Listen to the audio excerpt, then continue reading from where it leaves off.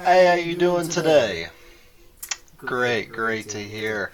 Welcome back to another episode of Toon Talk. Been a little while since the previous episode, but just kind of been busy with some other things. But we are back today, and today we will be talking about The Doors, the legendary rock band from the late 60s into the 70s, with lead singer Jim Morrison being one of my favorite frontmen of all time. The man was not the greatest of people, but he was an excellent lyricist, he was an excellent vocalist, and the Doors discography is pretty decently lengthy and wide, and I thought it would be fun to rank each of their albums from worst to best on a tier list. So, let's go ahead and get right into it. I'm going to be making these videos a little bit shorter now, just try to keep them around 20 minutes or so. But let's go ahead and get started with their self-titled album, The Doors, from 1967. So, way back when I was in middle school is really when I started getting into, a more, wide variety of music, I would say. Because back when I was younger, I really didn't listen to much, didn't really have much of a concept on what music is, and, just how much amazing stuff was out there. It really took me until around 8th grade to finally start getting into music really heavily.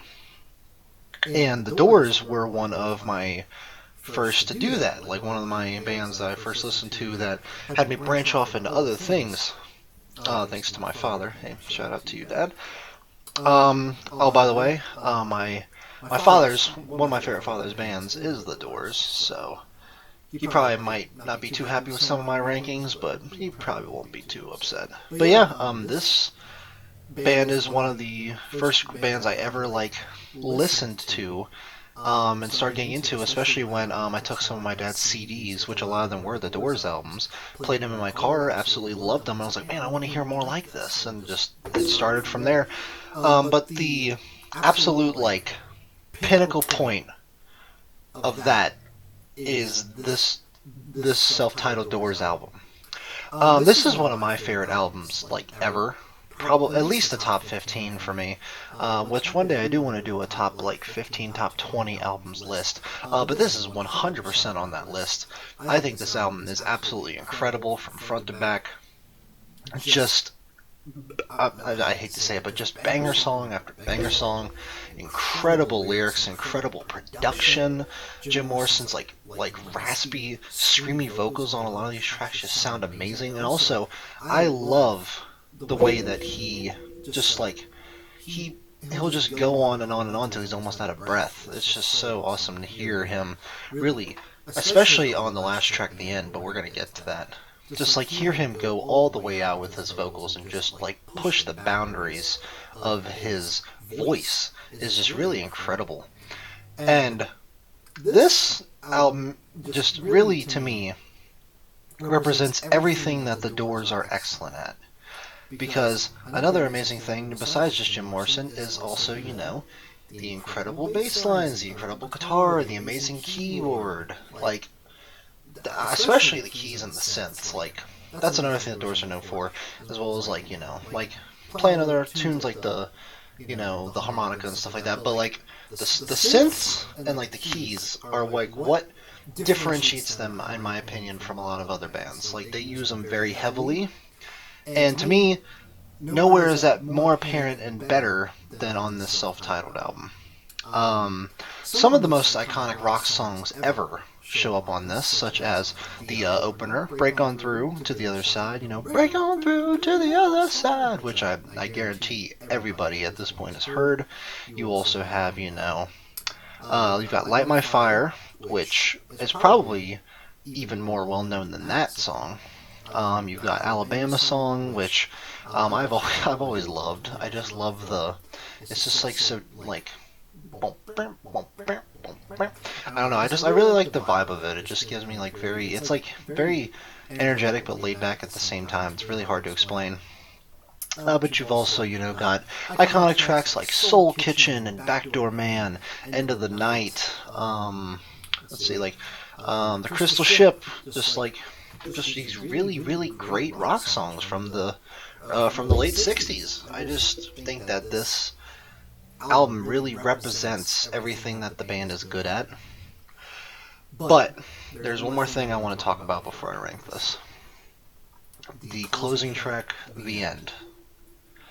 Now, I don't want to go out and like say something that might not be true, but for me personally, The End is either the best or the second best closing track I have ever heard on an album. Not even kidding. Just the only one that comes close for me is Purple Rain off of Purple Rain, the album. But just there is so many incredible themes, lyrics, just the guitar playing, and just how like melodramatic and emotional this track is, and what it represents. Just everything about this song is so incredible, and it is without a doubt my favorite Doors song. And like I said, it is one of, if not my favorite closer on any album. And I mean, it might not be technically the best closer on an album, but there's no way in hell that this isn't in at least the top 10 closers on an album. There's no way. It's absolutely incredible. And the Doors, one thing I really like about them is most of their albums will be like a lot of shorter songs on like 2-3 minutes, maybe 4, won't be that long, and then they'll have 1 or 2 tracks that are like 7 minutes, 11 minutes, 12 minutes, just super long. And I just really love that, and that's no different on here. Like, every track besides For Light My Fire and The End is only like 2 to 3 minutes. They're all way shorter. But then you have those two, which kind of like mark the halfway point and the end, of course. Just, I don't know. I really can't gush about this album enough. I think that it is a must-listen for anybody who has any interest in rock music at all. Music from the 60s and 70s, like, just it's so iconic. And I really do think that even from just an objective standpoint, it is an S tier. And to me, personally, it is a 10 out of 10 album. And I cannot thank, I can't thank my dad enough for giving me that CD and having me realize that this is like one of my favorite albums ever made. And it introduced me to one of my favorite bands. One of my favorites of all time. But yeah, I won't gush about it anymore. That's really all I want to say for now. But I definitely think that album is a must-listen. Next up, we have Strange Days, this little album right here. And this album came out very shortly after their self-titled. Also came out in 1967, so not too big of a gap there, which is something the Doors really did. I'm pretty sure their first 6 albums all came, I can't remember if it's their whole discography, like all of them came out within like a 3-year period, which is like honestly incredible considering just the quality of these records, really.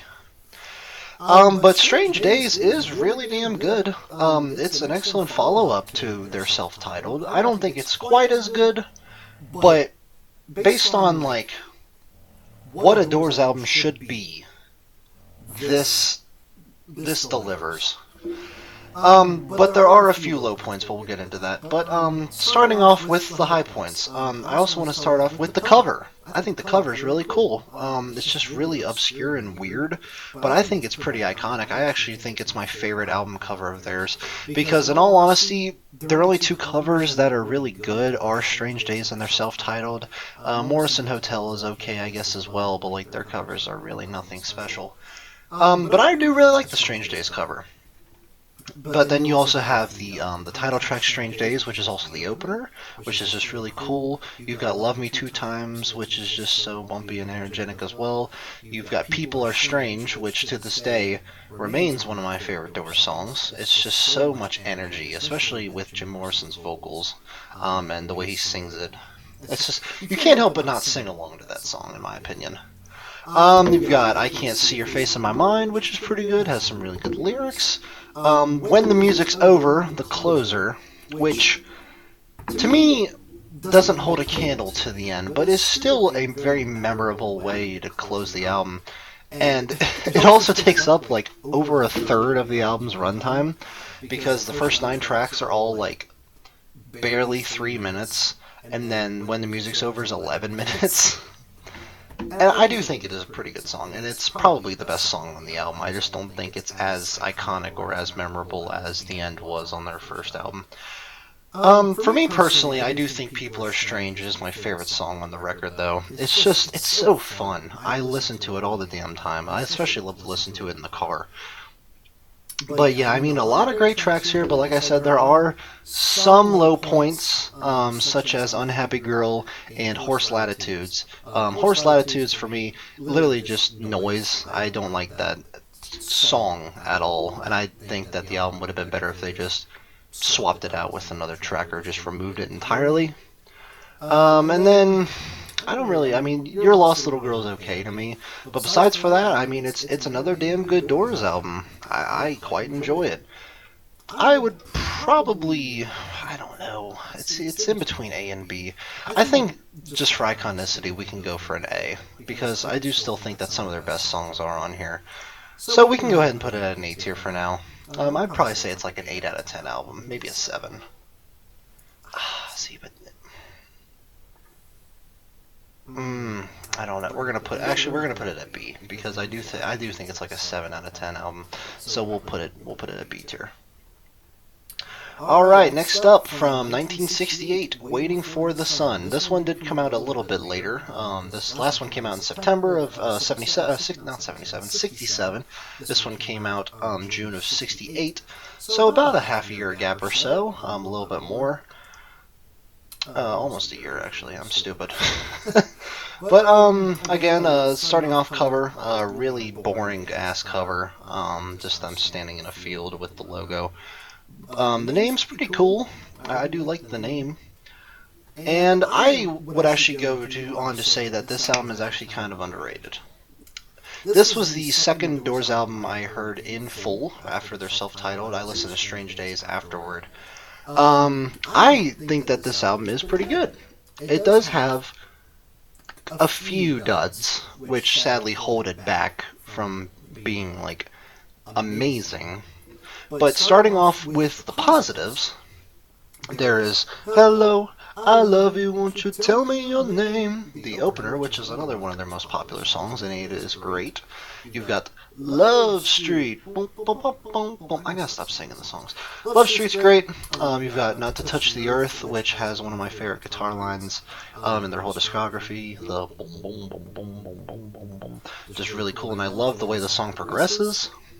You have Spanish Caravan. You've got the closer, 5 to 1, which I really, really like. I think that song is excellent. It is so I hate repeating myself. It's just so, like, so energetic. That's really what I want to, that's really what I want to say about it. There's so much energy in that track.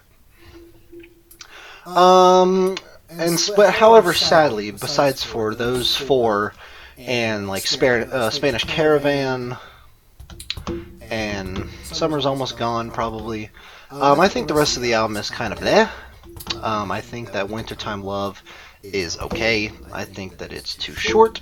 I've never been too big of a fan of The Unknown Soldier. I don't like how like half of the track is taken up by like the marching and the gunshots, all that. I'm just not a huge fan of that. My Wild Love is good. We Could Be So Good Together is okay. Yes, The River Knows is another one that's just kind of whatever to me. So, I mean, in total, it makes for kind of a mixed bag of an album. Just not really one, like, it's one that I revisit half of it a lot, and then I basically never touch the other half. I think for that, I'd have to put it at a B tier. I don't think it's a C. It's probably like a 6 out of 10, I would say. 6.5, somewhere around there. So I would say it's around a B. I think a C is like 5 to like a 5 or a 4 is like a C, and then a D is for like a 3 to a 2, and then a F would be a 1 or a 0. That's kind of how I'm ranking these. But yeah, I think it belongs at the bottom of B tier. I definitely think Strange Days is a better and more consistent album overall. Because besides for like Spanish Caravan on that album, I think it's pretty good. But there are quite a few meh album, or quite a few meh songs on this one for me. So we'll go ahead and put it at a B tier. I think that's about right. Next up is the Soft Parade, coming from 1967. Did I do these wrong? I could have sworn that this was their fourth. Might be wrong. Anyways, this is the next one up I have. To me personally, this might be in my opinion, the weakest of theirs. Like the main, like, 6, when all 4 members were still there. I would say that this is probably their weakest of those 6. I just kind of think that it's really just mediocre in a lot of ways. I don't know. I am correct, by the way. This is their 4th album. I don't know why it's wrong on my thing here. It says it came out in 67, but it did not. But yeah, I don't know. This album just has always been kind of bleh to me. It's definitely the one I revisit the least out of their main 6. There are highlights, but I think that there's just a lot of meh. I do really like Tell All the People.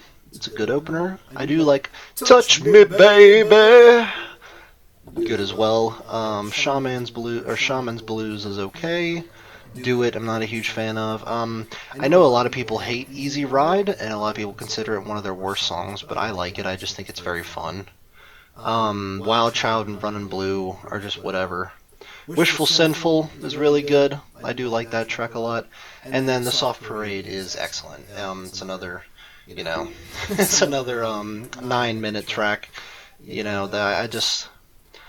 That is one thing. I do wish, like, a lot of their albums, I think it's 4 of their original 6 end with those super long tracks. I think the only ones that don't are Morrison Hotel and Waiting for the Sun. I wish that all their albums ended with that super long track. It feels like such a climactic ending. And I do think The Soft Parade is a great ending, and I do think it is better than When the Music's Over. But I don't think it's better than the end.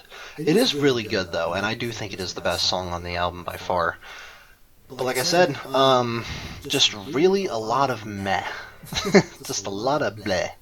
I would say that, like, half of this album, just kind of like Waiting for the Sun, is just whatever to me. But I think it's even worse. It's like a 5 out of 10 album for me. Maybe even like a 4.5. That's too harsh. We'll say like a 5. It's just okay. It's run-of-the-mill for the Doors. Definitely their weakest so far.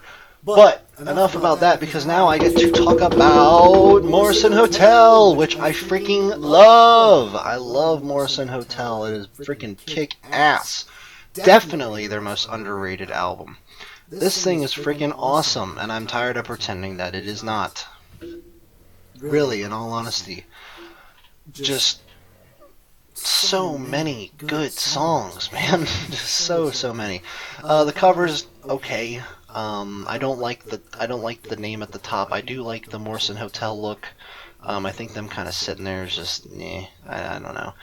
Again, their covers aren't very strong, but the cover has nothing to do with the track list, and the track list is great. Roadhouse Blues has one of my favorite inclusions of a harmonica in a track. It's so good, and the piano is just amazing. I love Roadhouse Blues. Waiting for the Sun, I love the drums on that track especially. You've got Peace Frog, which is amazing. Ship of Fools. You've got Land Ho, which is probably one of my most listened to songs from them, just because I love how fun it is. That's really it. I know I repeat myself a lot, but I love how fun this damn song is. I really do. It's just great. It's just really great. Definitely a top 10 Doors song for me. You've got The Spy. Great. Queen of the Highway is like the only one on here besides You Make Me Real that is just kind of okay to me. Oh my god, Indian Summer is so underrated. It's just like a short little tiny, like, bit of the end. Like, it has like a very similar, like, tone to the end. But it's still, like, unique enough to be its own thing, and it's freaking awesome. I love it. I love Indian Summer. Another one of my top 10 Doors songs, maybe even top 5. It's beautiful. And Maggie McGill is an awesome closer. So yeah, I don't want to like gush too much about it, but Morrison Hotel is great. It's more than great. It's excellent. It's going at an A tier for me. I do think that if it had a big climactic closer, like Self-Titled did, it might be an S tier, but for now we'll put it in an A tier. Just it's probably their most fun album, I would say. Like just so many like bouncy, bubbly, fun tracks that are super engaging. Happily put it at an A tier. Alright, now for their last album with all the members, the main members, LA Woman. And where to start with LA Woman? I'm actually going to start with some background a little bit for the band, because I haven't really talked much about the band. So, Jim Morrison, the main man of the group, he was a bit of a reckless asshole his whole time being the front man. He was a very heavy drinker. I'm pretty sure that he was like heavily into drugs. I don't know exactly which drugs. But he would constantly, when they were on tour and like when they were on stage, he would constantly be like absolutely shit-faced, you know. He would forget half the lyrics. He'd forget what he's doing. I'm pretty sure he passed out quite a few times. And the man was just, he was just insane. Like, just, I don't even know how he was able to, like, I'm pretty sure he got arrested a couple times, too. I think it was 2 or 3 times he got arrested while he was on set, performing. But yeah, the man was just insane. But during this time, his health really started to take a bit of a nosedive. That's kind of, you can kind of tell from the cover, because his appearance changed heavily just from, you know, like Morrison Hotel and Soft Parade to this album. His appearance changed very heavily. He gained a lot of weight, and he just became a lot more unhealthy because he was just taking such bad care of himself. And I do think that if the man took better care of himself and, you know, got the help he needed, that the Doors could have gone on for far longer than they did. I'll get into that more, of course, after this album, but you can kind of like hear Morrison, like, how he's changed through some of these songs. And this is probably, like, this is a bit of a big tonal shift for them, because a lot of these songs are, like, a lot slower and a lot, like, more, I don't know, just, like, distant, if that's how I can say it. Just very, very unique in their discography in a very good way. And a lot of amazing Doors songs are on here, such as the title track "LA Woman," which is the halfway point for the album. It's great. You've got "Love Her Madly," which is great. "Car Hiss by My Window," "L'America," "Crawling King Snake," "Riders on the Storm," which I think is their most popular song.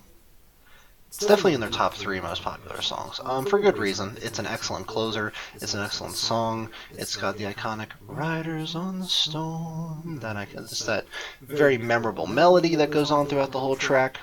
Definitely a great closer. I would probably say it's their second best closer, right behind The End. And just one of their best songs in general, in all honesty. As for like downsides, I really don't have many. The Wasp is just kind of okay for me. Been Down So Long is pretty good. I won't say it's like a highlight. Yeah, I mean that's really the majority of what I want to say about it. It is another great Doors album. I would happily I'd put it at an A tier, I'd say. Definitely a very like unique point in their discography. But sadly, this is where things take a change for the worse. Not just in the music itself, but in the background of what was happening behind the music. So sadly, after LA Woman released, Morrison's health just continued to get worse and worse and worse. He was just becoming more of a crippling alcoholic, just becoming addicted to that and drugs, not taking care of his mental or physical state at all. And the fame like him being famous really went to his head. He just had such a major ego, and he was just kind of pushing everyone away. And sadly, he passed away very shortly after LA Woman's release. I can't remember how long. I think it was like a couple months. But he passed away afterward. And the Doors were, of course, devastated. I mean, that was their main man, their front man. They didn't know what to do. However, they did decide to push onward, and they released 2 more albums after his death, which I think both are pretty shit. I just think I'm gonna kind of like speed run these, not necessarily, maybe like give them like 2 minutes each, just because I really don't have a lot to say. So let's start off with Other Voices from 1971. Came out a couple months after LA Woman. I'm pretty sure they had a record deal, so they just had to push these out. I can't remember the whole story or not. I'm going off scripted of these, just for fun. But yeah, Other Voices. There's like nothing but shit on this. There's some high points. I can think of 2. In the Eye of the Sun is good, and Tightrope Ride is good. Tightrope Ride is like insane. I do like that. And then besides that, it's really not much interesting. Really not much. The opener, In the Eye of the Sun, is... Or sorry, I mean, not the opener. I already talked about that. Variety is The Spice of Life is whatever. Ships with Sails is way too long. Does not need to be as long as it is. Down on the Farm is okay. I'm Horny, I'm Stoned, which has some of the worst lyrics ever written. Wandering Musician's okay as well. I do kind of like that track. And the closer, Hang On To Your Life, is meh. It's whatever. I would overall just kind of say that this is a very, very mediocre Doors album. Mainly just because, I mean, their frontman isn't there anymore. Like, it's just not the same. It's kind of similar to when Queen did an album with Paul Rodgers after Freddie Mercury's death, like a decade later. It's not the same. Like that. Like, I know that they can still be called Queen without the main member, but like I think for a band to be what it originally was is to have all its members, or like have very few lineup changes. There are some exceptions, like my favorite band, Queens, has had a ton of lineup changes, and I still think they're great. But, like, to lose the front man and to keep going is a different story. I really don't care for this album. I don't think it's god-awful. I think it's maybe like a 4 out of 10. Yeah, somewhere around there. We'll put it at a C, and the reason I'm putting that one at a C is because Full Circle sucks fucking ass. It's terrible.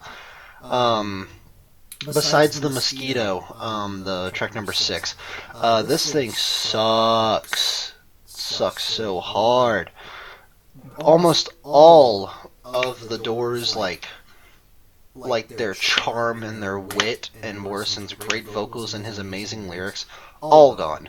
And that is especially apparent on this album. Also, the cover is a blumber mess. I don't know what blumber means. It's just a mess. Like, it's just a bunch of shit. And that just shows for the album, too. I don't even think they should have continued after Morrison left the band. I think they should have just stopped. But this certainly shows that they should have stopped, because this album sucks. And it's a D tier. It's not very good. And I think that they did the right choice calling it quits here. But I don't want this album being not good to discredit the amazing... Oh shit, I keep messing this up. Wait, hang on. I don't want it to discredit the amazing work that this band has made. I think the Doors, even though they're well known, I still think that they're quite underrated, because I think that they should be in the big leagues of 60s and 70s rock bands. I really do. I think that they should heavily be up there with... You know, they should be up there with the Beatles, they should be up there with Led Zeppelin, they should be up there with Queen, they should be up there with the Velvet Underground, they should be up there with, you know, King Crimson, all these, you know, super well-known progressive alternative bands. they should be up there with them. And I know they are kind of, but like I just think that they don't get the credit they deserve because they introduced a super unique sound, a super unique tone, incredibly unique vocals and lyricism. They just did so many unique things, and I truly do think that the Doors are one of the best bands to come out of the 60s and the 70s. And I think that, again, their self-titled is a masterpiece. As well, I do think Morrison Hotel and LA Woman are excellent. And even Strange Days and Waiting for the Sun, I think all of these albums are really good. I even think Soft Parade deserves a listen. And if you're a psychopath, you could listen to these two, if you want. But yeah, I just think that this band is well worth a listen to anyone who has not heard them. And I want to thank everybody for taking the time to watching my tier list. I have more videos coming out soon. I know I had a bit of a break, not that I have much of a following anyway, but for those who do watch my videos, thank you all. It means a whole lot. It means the world to me. I love seeing people actually enjoy what I make. I have, I think, 2 or 3 more videos coming out within the next few days, so make sure to stay tuned, and you all have a wonderful rest of your day. Thank you so much for watching.